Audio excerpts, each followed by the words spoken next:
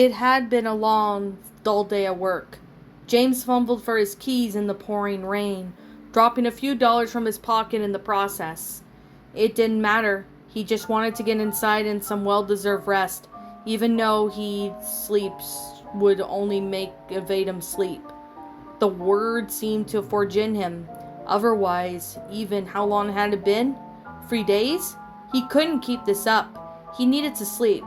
But he knew as soon as his head felt the soft embrace of his pillow, his eyelids closed over the bloodshot eyes. His fatigue would leave him. He had medication, both legal and illegal, that he took frantically and fruitlessly to achieve at least a small taste of rest. Insomnia had begun to control his life. James popped a few pills down his throat, not caring about the side effects, and slammed his head onto the pillow. His eyes closed and he was plunged into the inky darkness. His mind refused to empty itself. He tried to concentrate, to forget about the real world, and slip away into darkness. But he couldn't. He suddenly had the urge to watch some TV, to get something to eat. Had he forgotten to brush his teeth? Yes, he had. James dug himself out of his bed, and he shuffled hazily to the bathroom. He lazily dragged the red electric toothbrush over his teeth, then rinsed at the sink. As he looked up into the mirror, he stared at his reflection. A scruffy and uneven beard began to sprout up from his face. He didn't like it. James whirled around to locate his razor. He had misplaced it? It wasn't the shower where he usually kept it.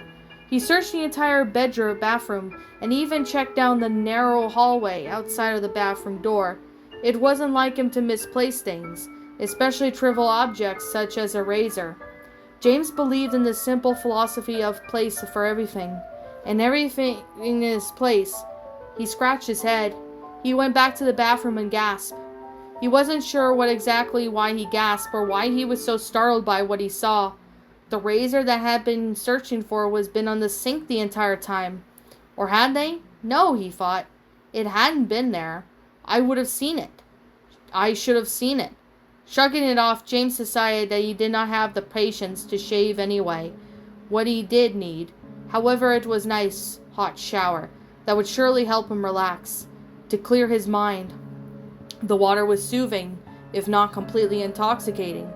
James closed his eyes as he experienced the closest thing to sleep he had achieved over the past 3 days. The water kissed the tip of his nose as he slowly began to drift off. Just as he began to lose himself, the water became warmer. Not a substantial change in temperature by any means. It just had a tad hotter than it should have been. James paid no attention to it. He just figured that it was some kind of way of faulty plumbing. Besides, he was far too relaxed to open his eyes now, and then he had heard the ever so subtle squeaking of the knob that controls the temperatures of the water, followed by the intense burning of the hot water rushing off of the unsuspecting face.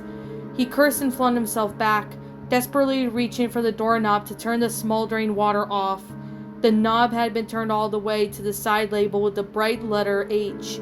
Insomnia was a bitch, no question. A fickle, uncaring, heartless bitch. James was confused and disoriented, and his face had been slightly burned by the scalding water. After he had gotten dressed, he glanced at his bedside clock.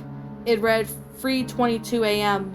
Realizing that there was no way he was getting any sleep, James went back to the bathroom and stared at the mirror once again. His eyes, which were normally deep blue, were now a tired gray. Thick red veins could be seen running through both sides of her retinas. His pupils were enlarged, as if he had done some kind of hallucinogen. James stood there quietly, examining his features in the mirror for a little while. He occasionally made strange faces at himself, twisting his features and squinting his tired eyes. Then he brought his face up close to the mirror, so his nose was rubbing up against the glass. Just to be silly, James lowered his voice to a menacing growl. "Who are you?" he rasped. Not wanting to take his face away from the mirror, his reflection blinked. James yelped and flew back. That didn't happen. He was just tired, that's all. He would have been foolish to think otherwise, but he couldn't help but be terrified to look back into the mirror to see what horrible disfigured monster was waiting for him to get up off the floor. But when he finally worked up the guts to look, all he saw was himself. James noticed something, though. It hadn't been the door to the bathroom had been closed when he first came in. He thought so, although he couldn't be certain. His brain was fried. He needed to rest. His mind had been clearly playing tricks on him as he turned his back on the mirror. Then he heard a noise, a scratching sound, coming from directly behind him. The sound resembled a screech of nails on chalkboard. As he turned around, he saw that there was a long thin scratch running up on the side of the mirror. A sharp pinch of his pain pulsed James right through the finger pointer. His fingernail had been cut and marred, as it had been scraping away at something. It was the mirror, wasn't it? It was causing all the confusion and all the sleepless nights. Every time he turned his back on it, something strange happened. Something bizarre. James bolted to the bathroom and stared into his reflection again. He made the sudden movements in a desperate attempt to psych out whatever it was hiding behind the mirror. Nothing abnormal happened. James was just extremely frightened to turn around, but he knew he had no choice but to do it sooner or later. He slowly turned his body, but did not break eye contact with whatever it was, looking at him behind his reflection, mimicking him. When James finally looked away from the mirror, everything was silent. For 10 whole seconds he stood there, waiting for something horrendous to fly out of the glass and gobble him up. But for the longest time, nothing did. Then the ear-shattering wham broke the silence. He whirled around and inspect what exactly made such loud noise. There was a large crack in the center of the mirror. It appeared as if someone had taken their fist and slammed against the glass. Once again, another shooting pain ran up James's right hand, this time more intense than the last.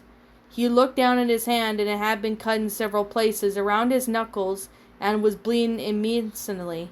He instinctively ran to clean the wound, completely forgetting about the mirror.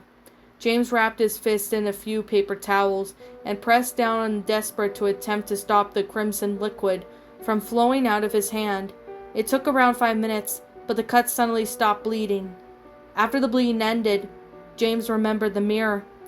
He sprinted up the staircase, stubbing his toe on one of the stairs in the process. He whirled around the corner and down the hallway towards his bathroom, his heart beating in his throat. Once he arrived in his bathroom, he fell back into the corner and gasped for his breath. There was a smeared all over the mirror, as if someone had squirted it and splattered it everywhere. On the ground was a long jagged shard glass, which his body and which was also dripping with familiar liquid. A small puddle was accumulating under James' now lifeless body.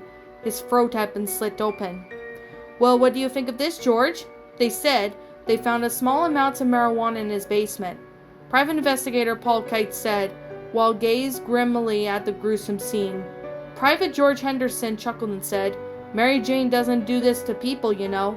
I found at least different brands of sleeping pills in his medicine cabinet downstairs. Ever see the side effects for those things? Anxiety, hallucinations, paranoia? I bet this poor guy just took too many pills." Private Kite frowned as he looked at the smashed window mirror covered in dry blood. He could have sworn for a few seconds, and saw a different man was there. And different the face than is. The face was sullen and expressionless. It was a man, no doubt of that, with extremely bloodshot eyes. The reflection's face took a sight red tint to it, as if it had been burned by something. Kite rubbed his eyes and stared back in the mirror. He saw nothing but his own reflection. He squinted down and got close to the blood-stained glass, so that the tip of his nose was almost touching it. As he stared at his reflection, it blinked. What's up, my pretties? It's the Lion Queen here. I want to appreciate you all for tuning into this video, and I do appreciate you guys supporting my video by giving this video likes and stuff. If you really enjoyed this video, be sure to leave a like, comment and subscribe if you're new, ring the bell for notifications to when I upload, so that way you guys will get updated for whenever I upload. If you want to follow me on Twitter or DeviantArt, feel free to leave a follow on those if you are interested in following me on those socials.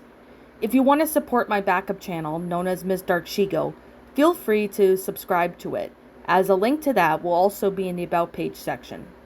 And with that being said, and that being the case, thank you so much for watching, my pretties, and as always, stay pretty.